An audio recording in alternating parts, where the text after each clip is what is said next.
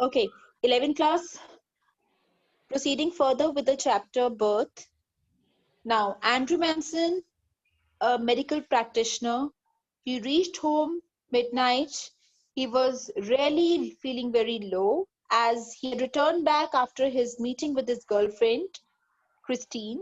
The meeting was a real disappointing one. Perhaps he had a clash, there was a clash or a fight between the two.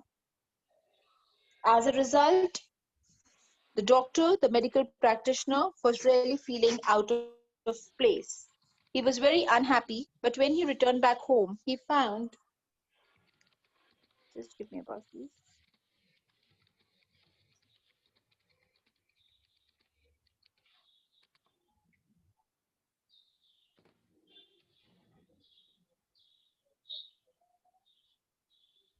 Right. So when he returned back home, he found there was someone waiting for him at the doorway, right? It was Mr. Morgan. Now, Miss Doctor, it was Mr. Joe Morgan. Joe Morgan was his neighbor, and his wife was expecting a baby. She was in trouble. She was in labor pains, perhaps. And this trial was very crucial for the couple because it was 10 years after the marriage when the couple was expecting a baby. So Joe Morgan told Andrew Mason in a very hopeful manner that I know that you are going to do well for us. Now, though the doctor was really not feeling well, but along with Joe Morgan, he went to his home where he found that his wife really needed medical help at that hour. So she was taken there.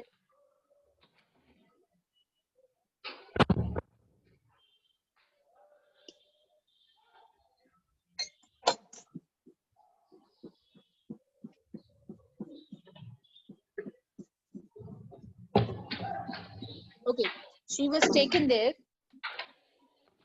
and Mrs. Morgan was really in a very pathetic state.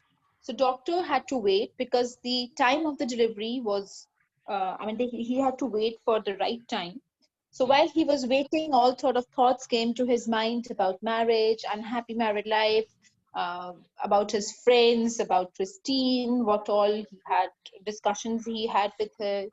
So everything passed over his mind. Then he found Joe's mother, Mrs. Morgan's mother there. She was an old lady, and she was very hopeful that doctor is going to do it all well for them. So doctor had an idea, Andrew Mason had the idea that actually the child was very crucial for the family, and the family desperately wanted the child and the mother to be fine. Now, when the baby was born, the striking thing was that the baby was lifeless, right? The baby was dead. It was not breathing. So this was a time when the doctor had to take some action, whatever he could do.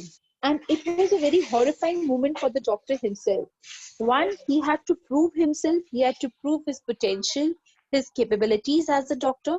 And the other, as he was feeling very low emotionally that day, he had to overcome all those feelings and he had to pursue further his profession, as a doctor's profession is a noble profession where a doctor is regarded as next to God. He's a lifesaver.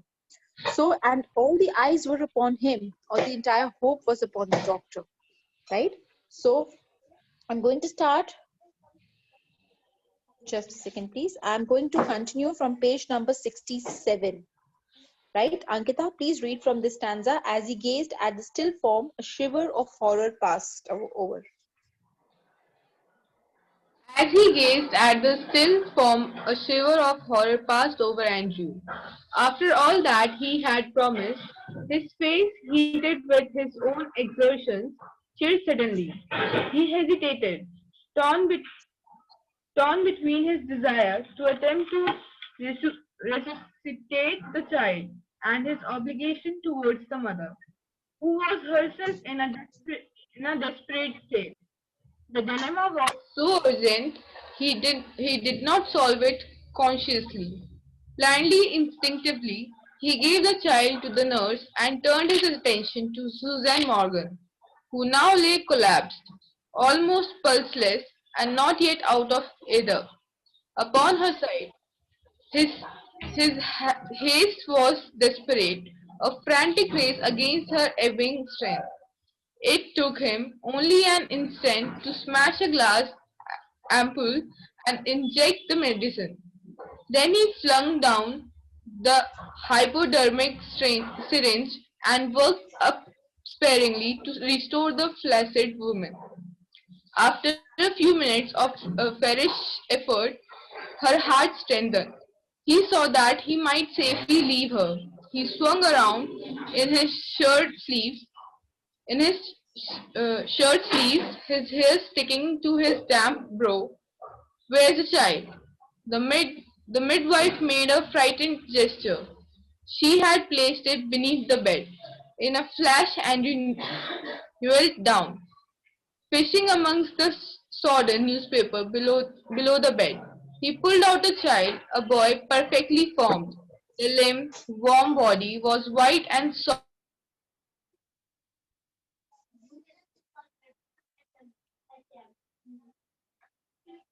The cord hastily slashed Form body was white and soft as tallow.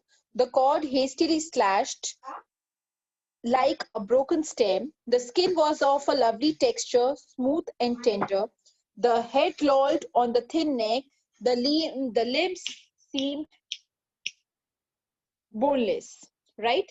So here the doctor found the nurse was also horrified, and in that hurry, she had laid the child beneath the bed, right? When doctor took out the baby out from the bed, underneath the bed, he picked up the baby. He realized that baby was absolutely, he was white in color, and the body was perfectly formed. There was no deformation in the body, but the child was not breathing, right?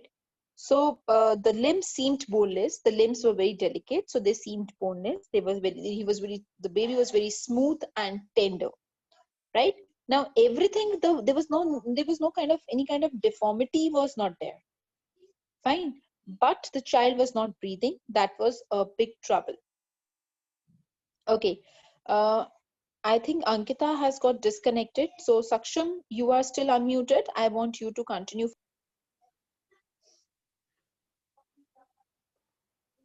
Please start.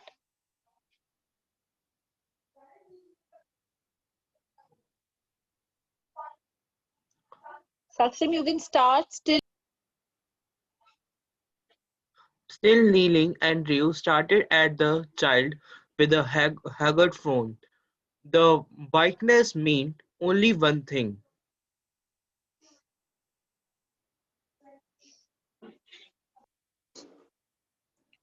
and his Okay, mind, so here is unnaturally tense, raced back to a case he once had seen in the Samaritan, to the treatment that had been used. Instantly he was on his feet.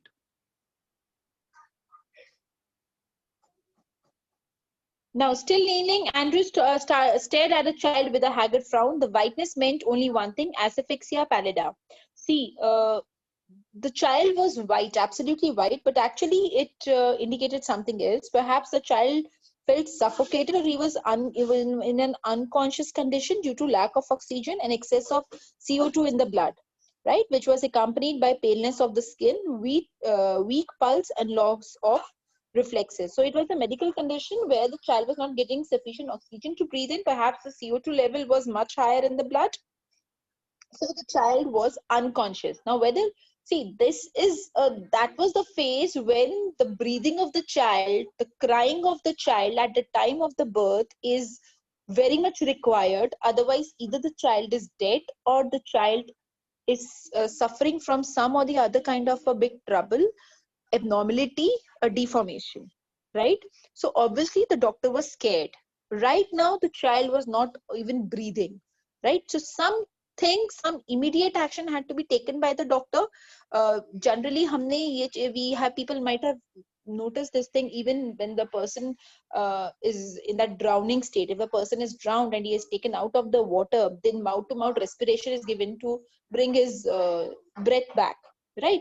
So the doctor realized that something has to be done, and he recalled which he had learned somewhere in during his medical practice.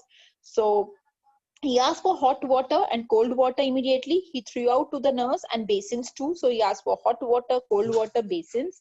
And then the doctor started doing something. Please continue reading from But Doctor. But doctor, she faltered, her eyes on the pallid body of the child. Quick, he shouted, snatching a blanket. He laid the child upon it and began the special method of respiration. The basins arrived, the big iron kettle.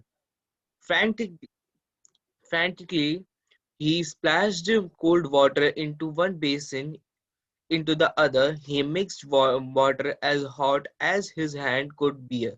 Then, like some crazy juggler, he hurried the child between the two, now plunging it into the icy, now into the steaming bath. 15 minutes Okay, so passed. just a second. Just wait for please a second. Now that is what the doctor did. The doctor asked the nurse to get hot water and to get cold water too, right? Now, on one side was the hot water, and on the other side was the cold water. And the doctor started juggling the child between the hot water and the cold water, one after the other, right?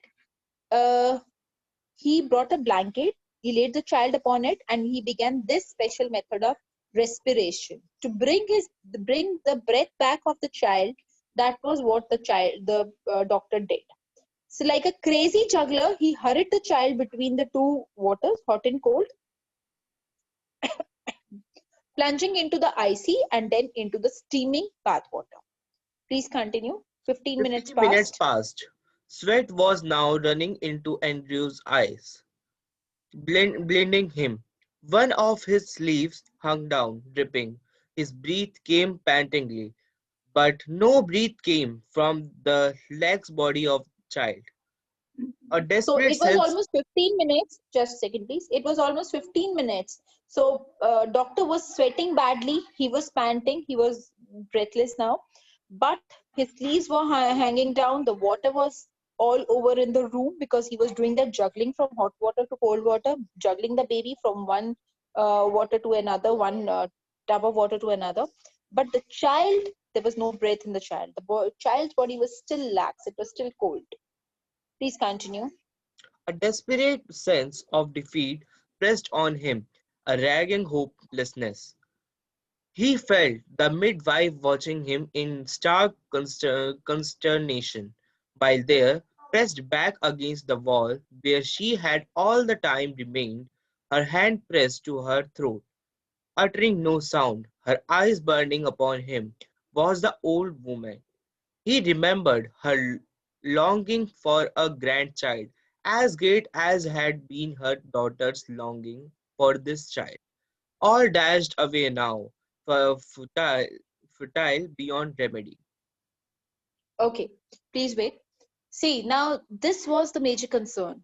One thing, he was a doctor, it was his job to save the life, right? When demanded, when asked, when requirement is there, the doctors, it's the foremost priority of the doctors to save the human life.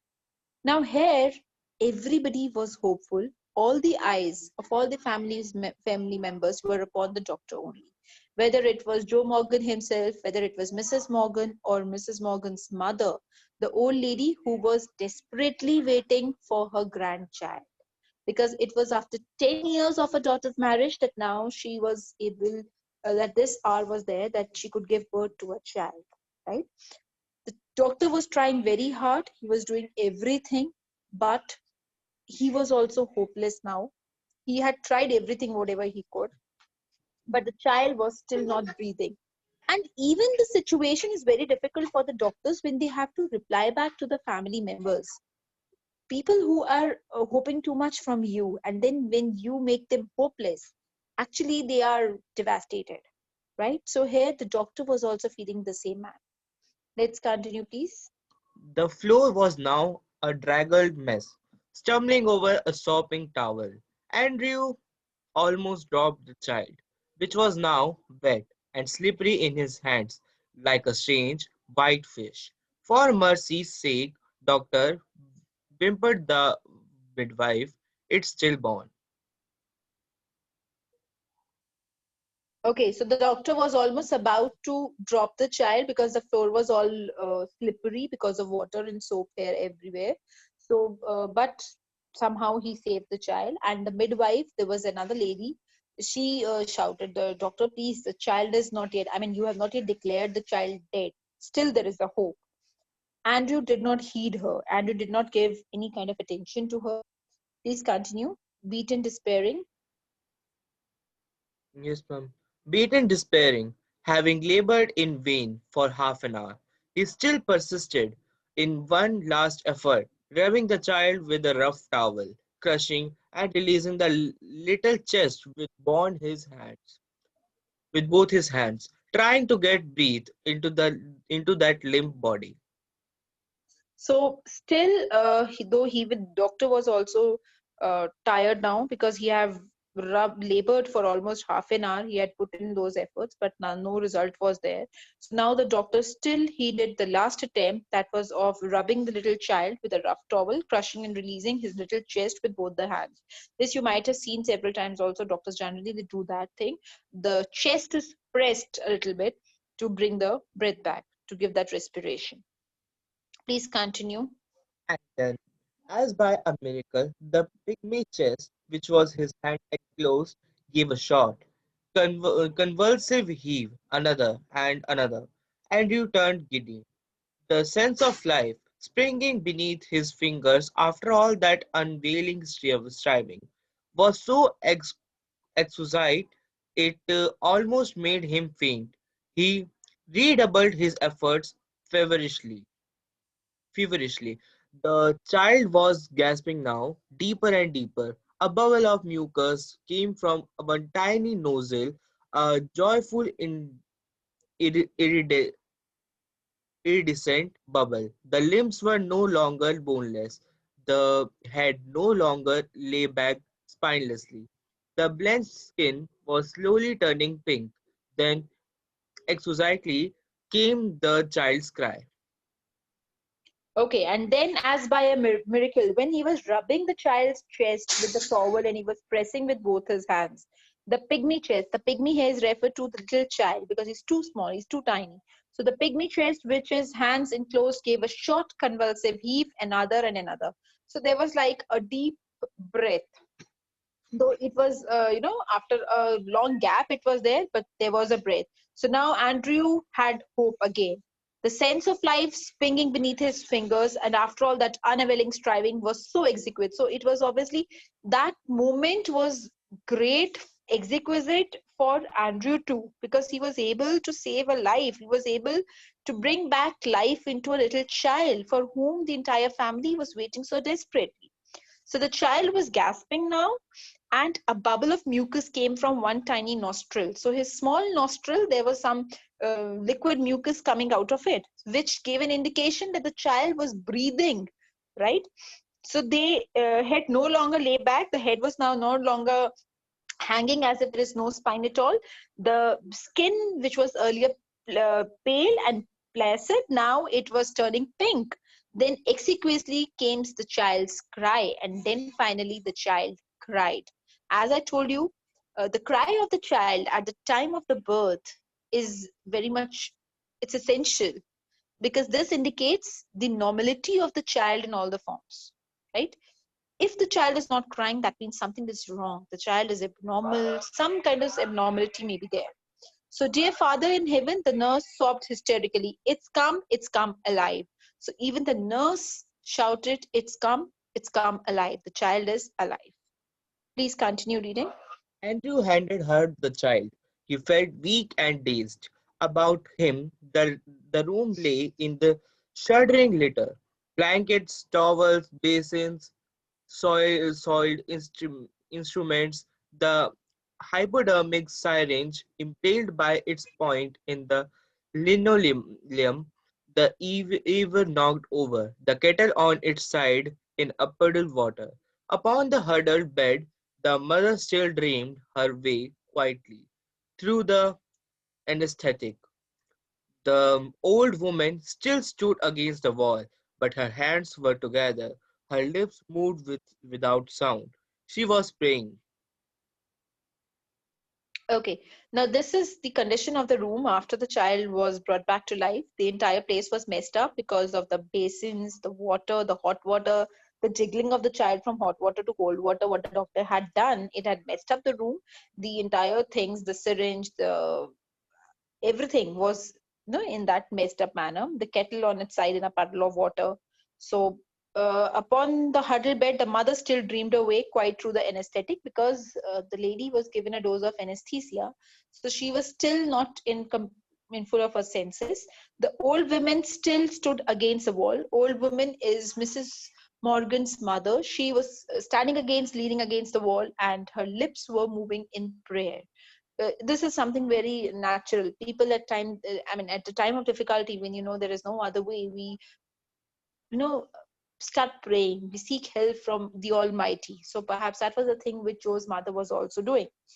So mechanically, Andrew wrung out his sleeve, pulled on his jacket. I'll fetch my bag later, nurse. So Andrew was also so happy, so glad. I mean, the kind of the feeling when he entered into Joe Morgan's house. He was not well that day. He was really feeling very low.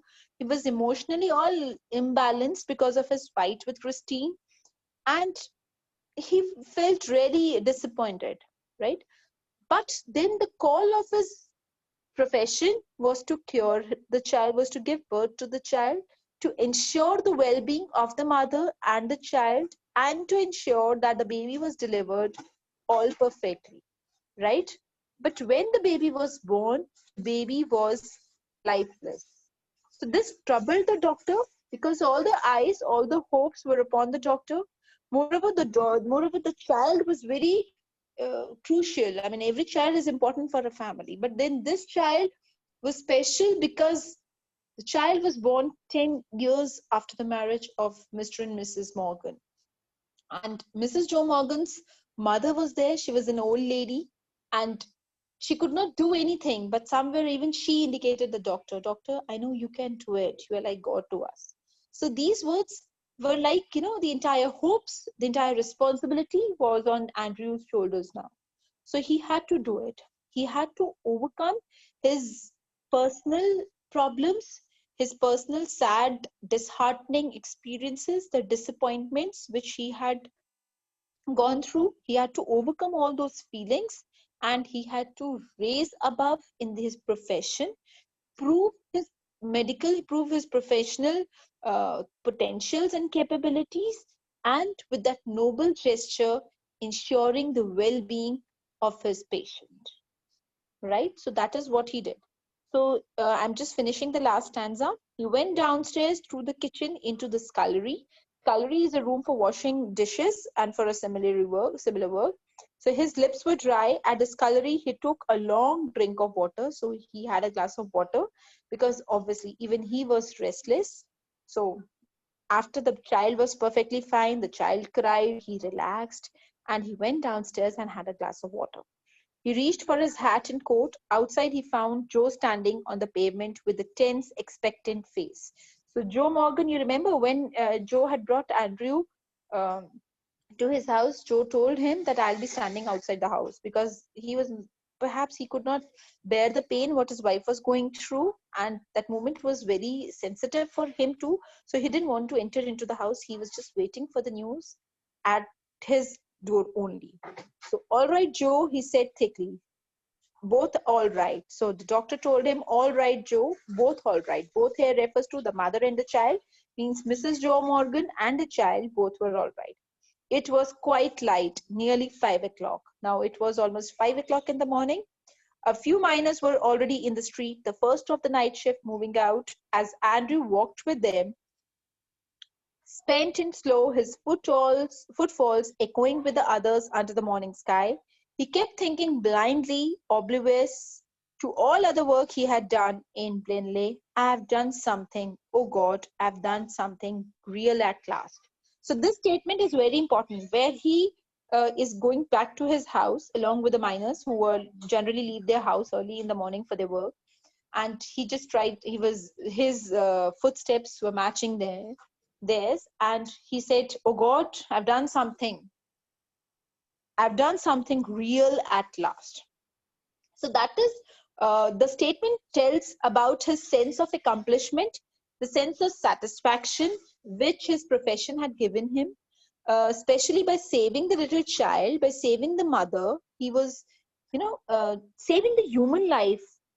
That is what the priority of a doctor is, right? So he was able to justify his profession.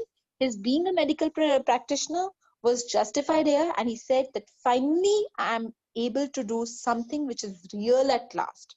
So he was able to overcome those sad and disappointing emotions which he had gone through just at night after his meeting with his girlfriend, and now he was perfectly feeling, contented. The sense of satisfaction, the contentment, that sense of accomplishment which this job had given him. Right? I think we can stop here.